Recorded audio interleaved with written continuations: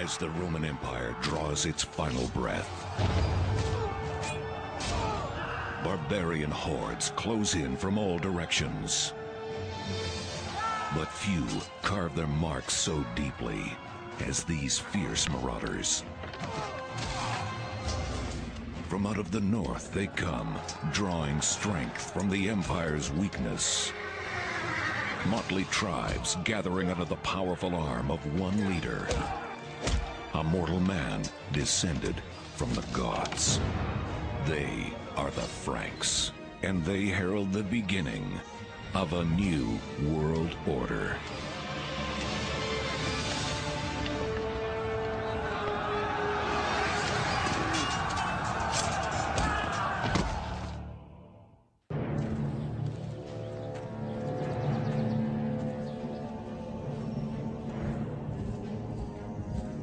For more than a century, the Roman Empire is plagued by violent tribes infiltrating its borders. Germanic raiders from the north swarming the Roman frontier. Led there by long-haired barbarian chieftains who search for places to settle for a new life. They come to be called the Franks. What they were is confederations of people who formed and unformed and reformed under leaders in particular circumstances for myriad reasons over a long period of time. And now they've banded together with one urgent goal: to grab Roman land. They were ferocious warriors, and they were well remembered for a type of sword they developed. Every man was a warrior. And even by the standards of Roman provincial life, they were apparently more ferocious than most. The Franks seize an opportunity, striking a Roman army weakened by civil war.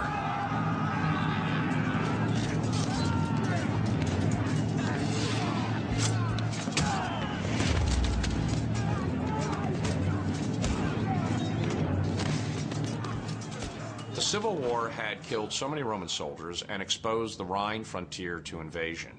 And in 354, the Roman northern frontiers essentially collapsed.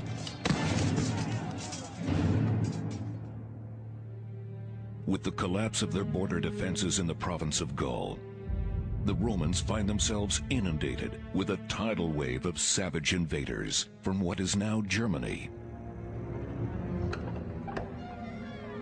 In the past, Frankish warriors daring to enter Gaul had paid a high price for their intrusion. The Emperor Constantine, he threw several of their leaders to the beasts in the arena. The way the Romans executed the most noxious criminals is a way to try to decrease the Franks' enthusiasm for further raids.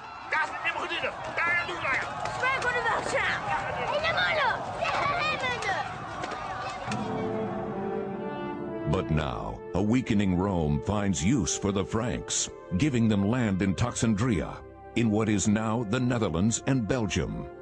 There, they serve as a buffer against other barbarians. But mostly, their lives are peaceful as they settle into the Roman frontier.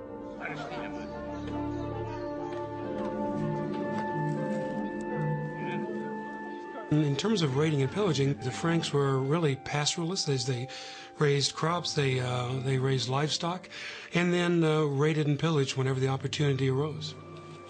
When the Franks, first appear in the Roman Empire, it was probably easy to identify them as not being Romans. From their dress, they had long hair, they didn't bathe, so the Romans regarded them as not only noisy but also smelly. Their contact with Rome transforms them. For more than a century, they live as obedient servants, adopting a very Roman lifestyle. But they are not Romans, and there is one thing they will not compromise: their gods.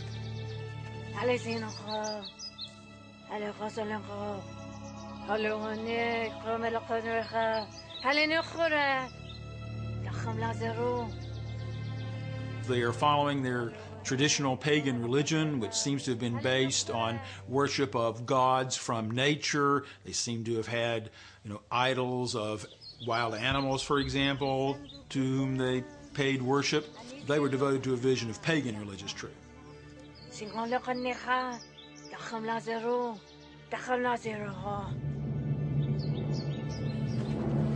The Christians see the Franks as ignorant or misguided, ripe for conversion. But the pagan Franks see their own religion as a source of great and warlike power. The only way Germanic peoples were going to be converted to Christianity, in fact, the only way any pagan was ever converted to Christianity, is that the power of the Christian God was demonstrated. That could be done in a miracle, and there's no bigger miracle than a battle. Armed with the power of the pagan gods, the Franks move in when the depleted Roman army pulls back to repel other barbarians. Gaul, once the most prosperous of Roman provinces, comprising what is now France, Belgium, and parts of Italy and Germany, is now vulnerable to the invading Frankish tribes. That doesn't mean that Romans go away or that Roman power is immediately collapsing, but it was very clear to people like the Franks on the northern border of the empire that they could now begin to move south.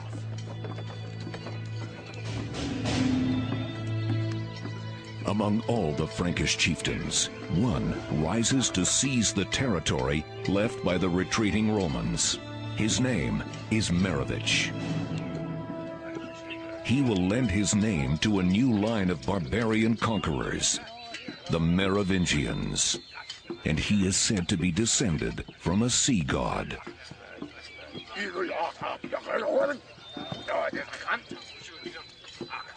Clearly an effort was being made to grant great legitimacy to these families, to make them in some way special, different from everybody else. Other people can be rich, they can be powerful, they can be tough, they can be influential, but by golly, they don't have a god in their family tree.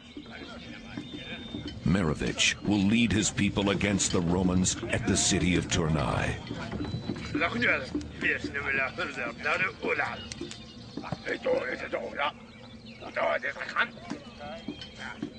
He negotiates a truce, and his Frankish tribes will settle and defend the area around the city.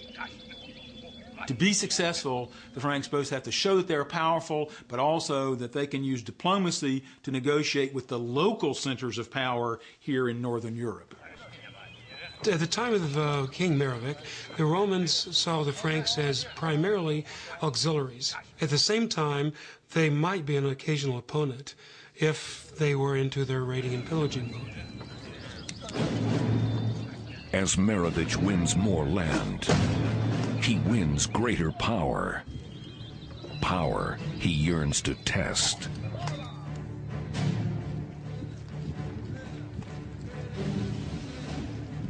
Soon, the Romans give him his chance, enlisting Frankish tribes to join them against the empire's fiercest threat, Attila the Hun.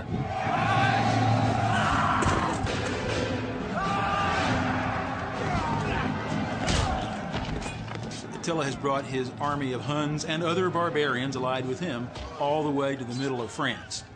The Roman general Aetius has to cobble together his own army of barbarians to fight Attila and his barbarians because the Roman army by itself is too weak. The battle lines are drawn at Chalons, in what is now France. Merovich and his Franks enter the fray against Attila's barbarian allies. The bringing together of a coalition to face Attila was the only way that the Romans could actually defeat him. But in bringing them into the Roman army, you are arming them better, you're training them better, you're indicating your strategy and tactics. It's kind of like losing the playbook of a modern sporting team to the other side for a little while. With the help of Merovich and his Franks, the Romans force the Huns to retreat. demoralizing Attila and winning victory for the empire. The victory of the Romans' army of barbarians over Attila was supremely important because it meant that this western part of the Roman Empire was going to stay in the Roman Empire. By helping to save this piece of the empire, Merovich expects Rome's gratitude.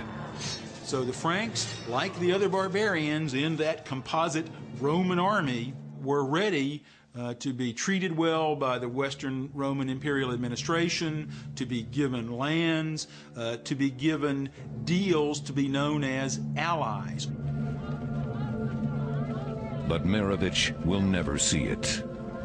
6 years after the Battle of Chelon, the mighty chieftain dies, leaving his son, Childeric, to lead the Frankish people.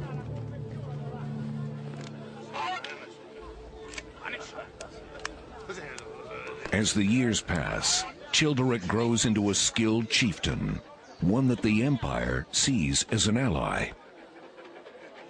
But he yearns for the day when he can unite his people against the weakening empire. The Franks were long accustomed to service in the Roman army for at least 125 years when Childeric takes over. They appreciated Roman goods. And when they settled in the Roman Empire, these Franks would take over certain areas, especially areas ideal for stock raising. For now, the Franks must depend on the empire until they can muster the strength to battle enemies in their own name. Not a marauder, Childeric will steal power by blending in. But as he grows stronger, his people will carve their domain out of the carcass of the Roman Empire.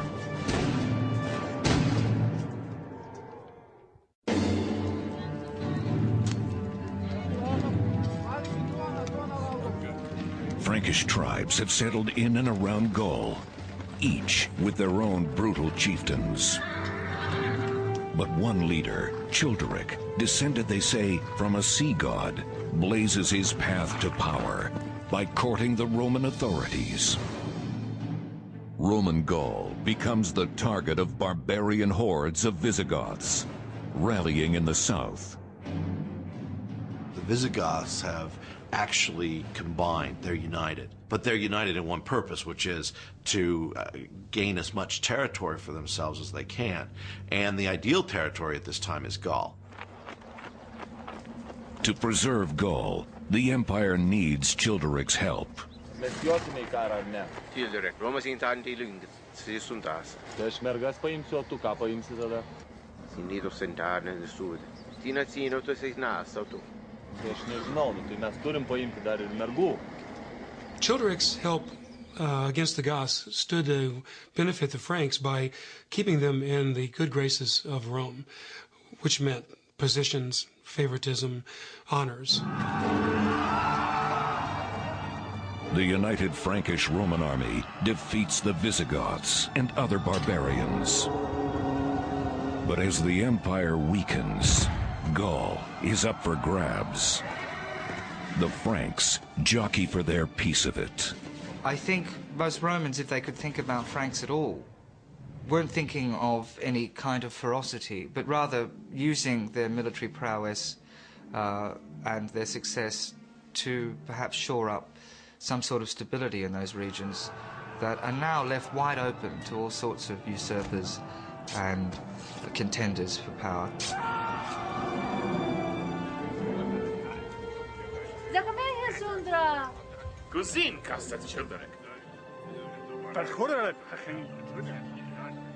Among his people, Childeric's skill as a warrior is matched only by his unbridled lust. In his eye, every woman belongs to him, though his people don't agree.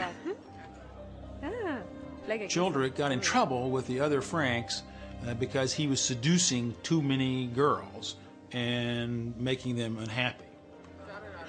6th century French bishop Gregory of Tours chronicled Childeric's carnal acts. Childeric, whose private life was one of long debauch, began seducing the daughters of his subjects. The people were so enraged, they forced him to surrender the throne, plotting an assassination.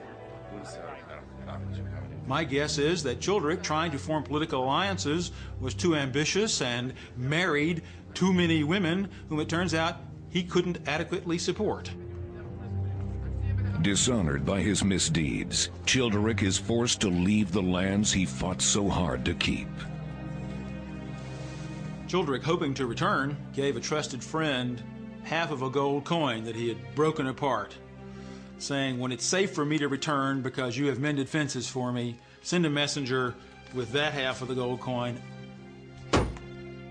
I'll match it to my half and I'll know it's a genuine message and it's safe for me to come back." Childeric, und het werden Suttenfer, und es verdes roca. What this tells us is that Frankish kingship at the time had a great deal of support that it needed from the population. It was not a top-heavy kind of kingship. Legend has it that Childeric finds refuge to the east, in Thuringia, in modern-day Germany. 8 years pass. Without Childeric's leadership, the Franks in Gaul fall entirely under Roman rule. Their identity on the verge of being snuffed out. The price of their salvation? Half a gold coin. So then his friend sent the message, the gold coin, to Childeric, letting him know that it was time to come back. So he did return, and he was accepted back as king of the Franks. In the meantime, he had impressed the wife of the king in whose kingdom he was exiled, who followed him and said, "I'm marrying you because you're the most powerful man in the world that I can find." Guter Sache, mein Freund. Du seist nicht. The Franks, like the coin, are reunited. And through Childeric's new bride, Thuringian Queen Basina, and young son Clovis, Frankish power will be magnified 100-fold. Childeric, Roman mercenary and Frankish king, gathers wealth and influence until his death in 481, after reigning for 24 years.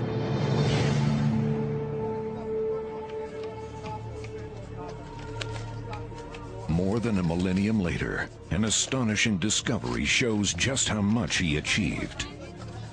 In the 17th century, workers digging a foundation unearthed one of the most extraordinary treasures of the late Roman period. Childeric's 1100-year-old grave. Ich habe eins gefunden. Kommt in ins. Was haben Sie gefunden? Ja, denke ich. His grave was discovered, and in it was found a wealth of objects, including weapons and jewelry, hundreds of golden bees that must have decorated either his clothing or that of his horse, the bees that Napoleon put on his robes. We know that it's Childeric's grave because a signet ring was found that had written on it, in Latin, "Belongs to Childeric the king." Few of the artifacts remain. Shortly after their discovery, the priceless golden treasures are stolen from a museum and melted down. But their significance endures. There are swords, there was a horse there was the uniform of a Roman officer, and it was also right in the middle of a Roman cemetery. So this makes Childeric look extremely Roman, dressed as a Roman soldier, buried among Romans. And nearby, a ceremonial pagan horse burial. No matter how Romanized Childeric became, inside his chest beat the proud heart of a Frank. But it is Childeric's son who defines the ultimate power and independence of the Frankish people. His name is Clovis, and the brutality of a barbarian seethes through his veins, ready to boil over onto an unsuspecting and increasingly weakening Roman Empire.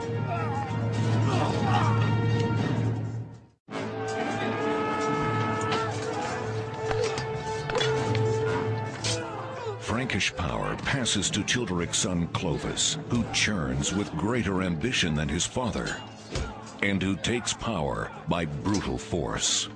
A king such as Clovis is a traditional Germanic warrior king.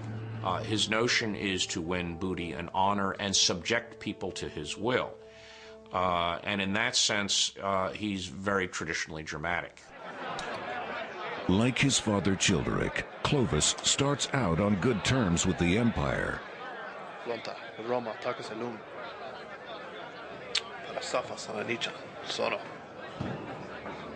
But it doesn't take him long to make his move against it.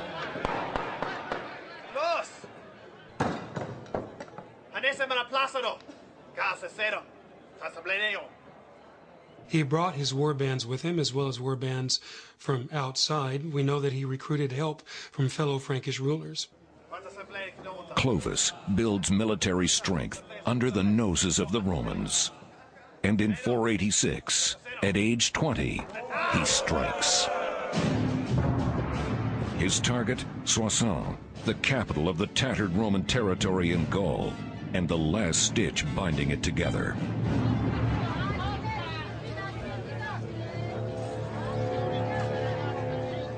This bustling outpost of Roman rule is the domain of Syagrius, the son of Childeric's former Roman ally. He is the embodiment of Rome itself. What Syagrius represented for the Germanic peoples of Gaul was the last shred of Roman legitimacy. He is the connection to the Roman world with whom you were allied, from whom you sought titles, whose recognition you desired. There was still some magic in having the right kind of relationship with Rome. By taking Soissons, Clovis breaks the spell. The details of his victory are lost, but his triumph over Rome tips the balance of history and steers Europe on a bold new course. Clovis's conquest of northern Gaul in 486 changed the nature of Frankish rule, because now vast numbers of Romans were under Clovis's authority. And he changed his residence even to Soissons, so we're beginning to get a blending of Frank and Roman under the reign of Clovis. But Clovis has one loose end to clip. His new regime leaves no room for Syagrius. The self-important ruler of Soissons has lost his city. He has lost his home. Under Clovis, Syagrius becomes an insignificant remnant of a dead empire. And Clovis treats him accordingly.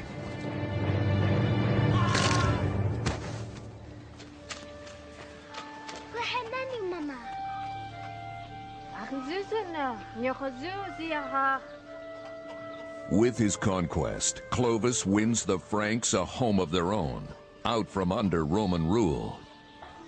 Now, it's time to gather his kinsmen together under his own rule.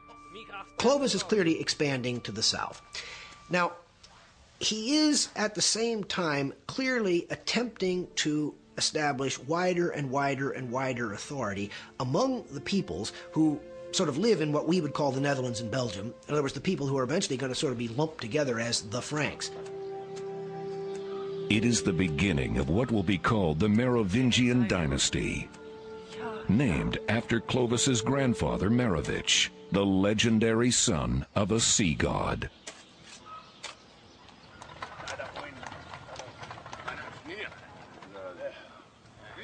As the Frankish soldiers divvy up the spoils of war from the looted cathedrals of Soissons, Clovis extends a courtesy to a Roman bishop. He has agreed to return a single sacred vessel the bishop has begged him to spare. Even though Clovis didn't necessarily respect Christian property during a war, from the very beginning he was willing to negotiate with the leaders of the Christian community. He discovers that one of his men has already claimed the vessel.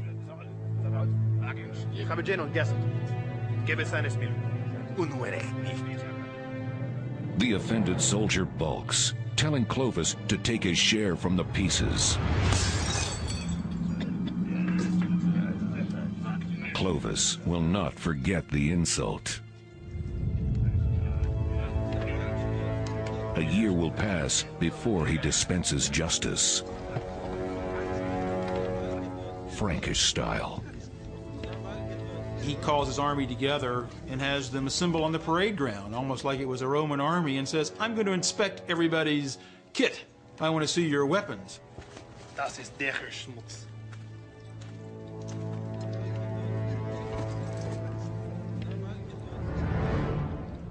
And when he goes down the line and he comes to that soldier who had smashed the bow, he says, your weapons are a disgrace. Look at your javelin. Look at your throwing axe. Look at your sword. They're in disgraceful condition. Throws them down on the ground. The soldier bends over to get his weapons, at which point Clovis cleaves his head in half and says, so you treated my bow, so I treat you.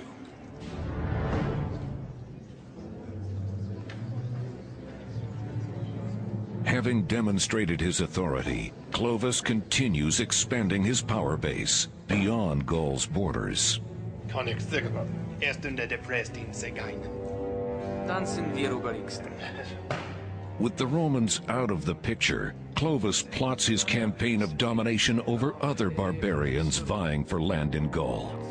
The Franks expanded rather than migrated. They did retain ties with their kinsmen across the Rhine so they could always summon reinforcements.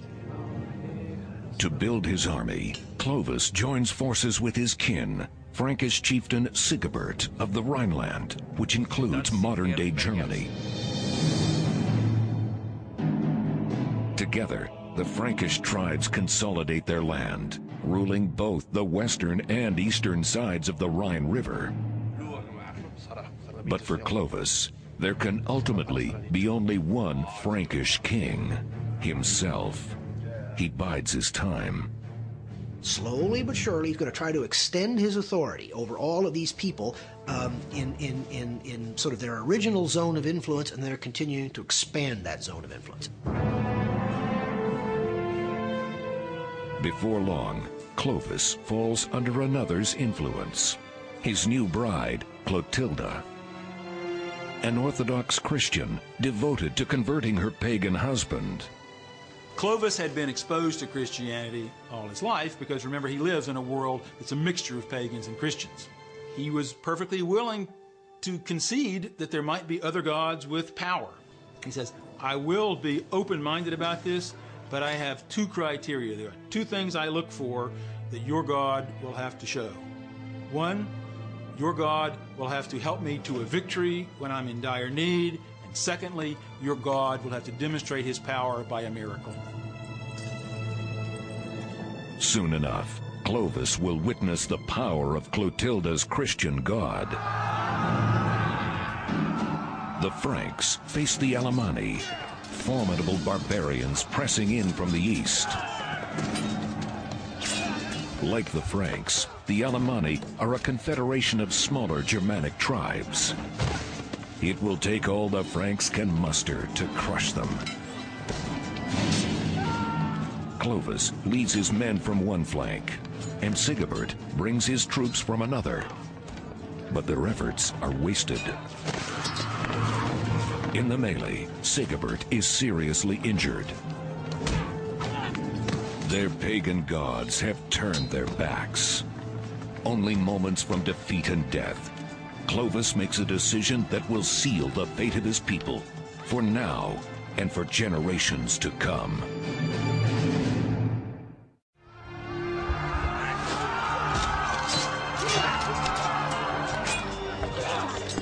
Clovis and Sigebert pit their Frankish forces against the savage Alemanni. Sigebert is injured. All strategy has failed. With no options left, Clovis invokes his wife's Christian God, praying for victory. So in a moment of desperation, he prayed to his wife's God to see if this would help. So it was a conditional kind of a prayer. Give me this battle. If the victory comes, this proves that you have power, and I will follow you. He was not praying to a God of peace, he was praising to a God of power. Either way, his prayers are answered. Against the odds, the Franks triumph over the Alemanni. And Clovis is able to rescue his injured ally, Sigebert. Having conquered the savage Alemanni of modern-day Germany, the Frankish kingdom now extends from northern Gaul to the southern tip of the Rhine River. But Clovis's miraculous success in battle brings about an even greater change in his own people. Clovis calls a meeting of the Franks, and before Clovis can open his mouth to address the multitude, there's a spontaneous yell from the crowd, "We want to convert. We believe in the Christian God." The story goes that on that day, 3,000 Franks converted to Christianity. According to legend, by the 6th century, the Franks under Clovis become the first Catholic barbarians. In nomine Patri et Filii et Spiritus Sancti. By becoming Catholics, the Franks have bridged the gap between barbarian and Roman. God and the Empire are on their side. In southern Gaul, the Visigoths sense the danger in this. Visigoth King Alaric longs to control Gaul, but now sees his chances slipping away. He journeys north to Amboise to meet with Clovis.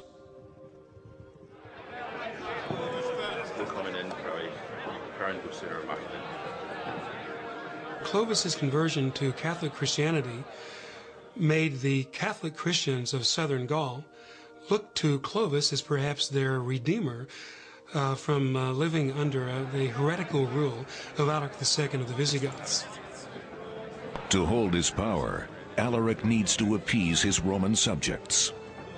Clovis, nimm sie beiden die Ganze. Ze mag mir agredo. He invites Clovis to meet with him, to share a pledge of friendship, and to pay tribute. Alaric is making a truce with Clovis because he greatly fears what Clovis might do.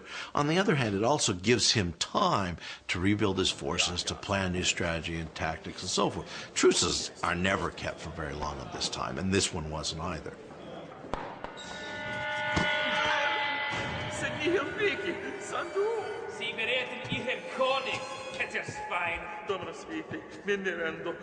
The treaty is broken almost as soon as it is made, when Alaric's men persecute a Catholic clergyman.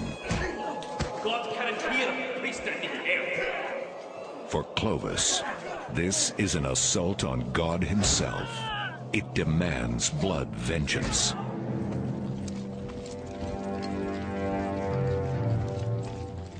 To crush the Visigoths, Clovis again enlists the support of his old ally, Sigebert, as well as Sigebert's son, Cloderic, and other tribal chieftains.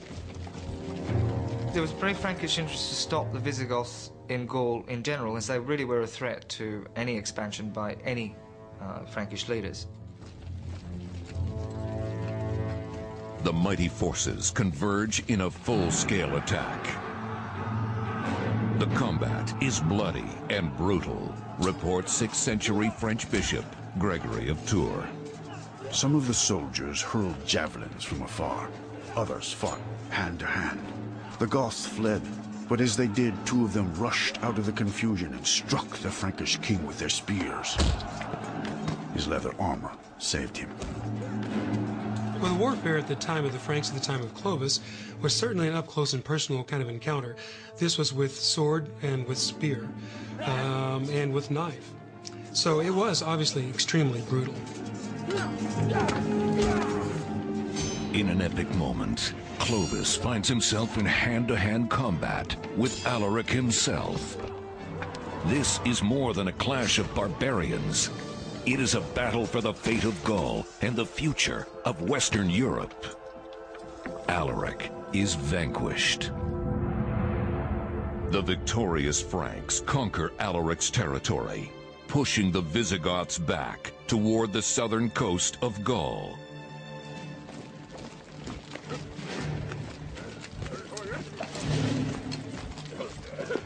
On his triumphant march home, Clovis is met in Tours by emissaries of the Eastern, now Byzantine Emperor Anastasius, who declares him an honorary consul of the empire.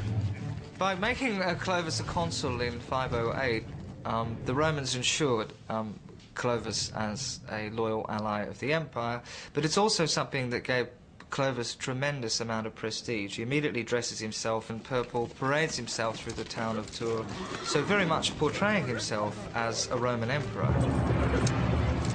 Clovis and the Franks have beaten back the Visigoths and begun to consolidate the Frankish tribes as a legitimate political power. But the bloodshed is far from over. Before he can completely put aside the label of barbarian, he must order his most barbaric act of all.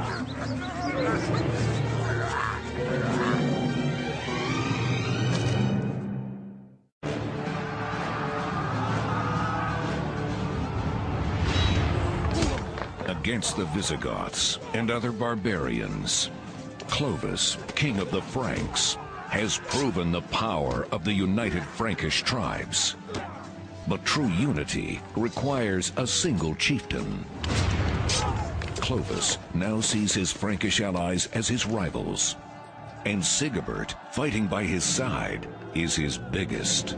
We always think of barbarians as being rather stupid. They're not, and Clovis was certainly not. I mean, he was perhaps one of the greatest, most wise politicians of his day. Of course, he does so in a very bloodthirsty way. But here he's got this opponent, Sigebert. He can't very well come out and kill Sigebert himself. In fact, it would be impossible for him to retain the loyalty of Sigebert's people if he kills them.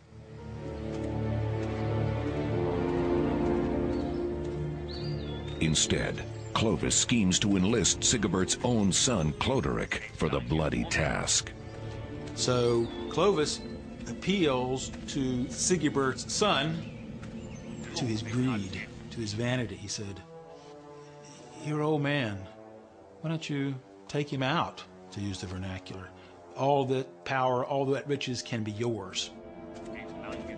If Cloderic succeeds, Clovis promises to throw his support behind him. And Cloderic, eager to be king, takes the bait. Cloderic enlists 2 assassins, men his father trusts. We are treffen Diane Darren.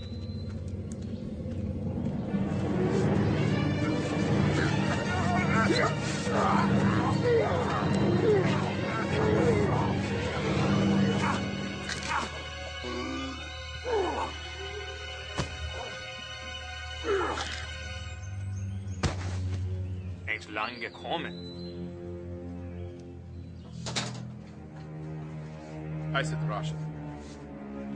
Then, with misguided gratitude, Cloderic opens his father's treasury to Clovis, who sends henchmen of his own.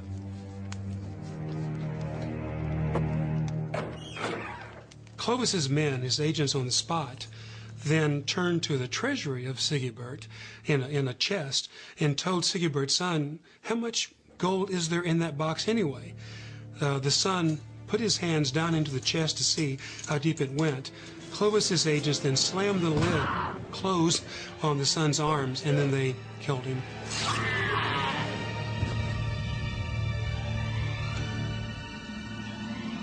Clovis eliminates his rival while keeping the blood off his own hands. Jūsu vadas mirė. Ir dabar aš rūpinsiuosi jumis. Žinokit, kad jeigu mes būsim visi kartu, mes tikrai laimėsim. Clovis denounces the treachery of Sigebert's son and offers to take the leaderless tribe under his benevolent rule, joining them with his own people.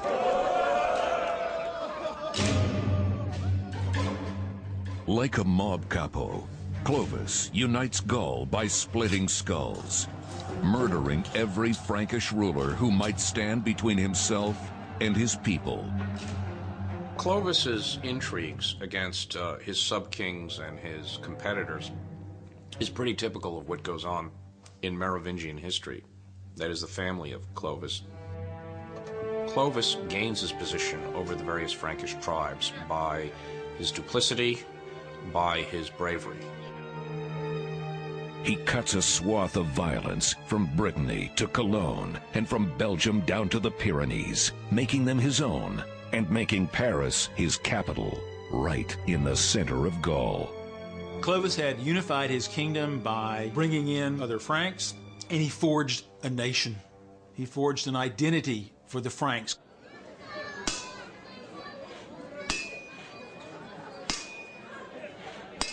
The people of Gaul, now living under Clovis's rule, are allowed to keep their Roman traditions.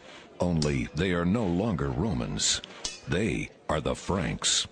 These conquests of Clovis were really political conquests rather than conquests that dramatically changed the lives of the ordinary population. Their Roman way of life went on more or less unchanged for probably the next generation or two. The Franks win their place in history, first by domination, then by assimilation. They recognize that the way they build their future is by finding some sort of unity among this diversity. And in this, they are the most successful barbarian kingdom. That's what's distinctive about the Franks inventing themselves. But Clovis's own time has come to an end. It has taken him 30 years to unite Gaul under the Franks. And in 511, only 5 years after he defeated the Visigoths, he dies peacefully at the age of 45. He is buried in Paris at the Church of the Holy Apostles, a church that he has built.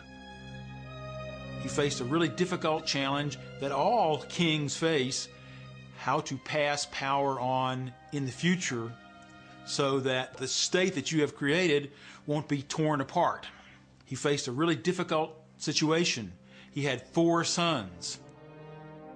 Ironically, the man who'd spent his life uniting his domain asks that his hard-won kingdom be split into quarters upon his death and divided among his sons. After Clovis, it's the worst political chaos that anybody could ever have imagined. It's worse than all of those little Latin American dictators who are overthrown periodically that we always laugh about. I mean, it's civil war and civil war and civil war and civil war between all these brothers who are supposed to democratically have divided the kingdom. Fratricide and conspiracy taint the generations that follow, but Frankish identity stays solid. Cast in the image of Clovis, grandson of Merovich. The land of his people becomes Francia, and later France. Francia becomes increasingly the center of power in Europe that was previously focused upon the Mediterranean as a source of authority in the Romans. With the early Middle Ages, the Franks increasingly over the 7th and 8th centuries become the dominant power in Europe. And even though power gradually slips from the grasp of the Merovingians, the template that is to become Europe is indelibly set. In the 7th century, a new dynasty comes to power, continuing the legacy and leading to the Frankish king Charlemagne. And they essentially create that axis that runs from Rome through France and Germany to London. And that is the axis of Western Europe. Once put by a historian is they took a rib out of the old Roman corpse and made it the backbone of Western civilization. More than barbarians, true pioneers, the Franks gave Europe its form. Long after other marauders have vanished, the legacy of the Franks endures to this day.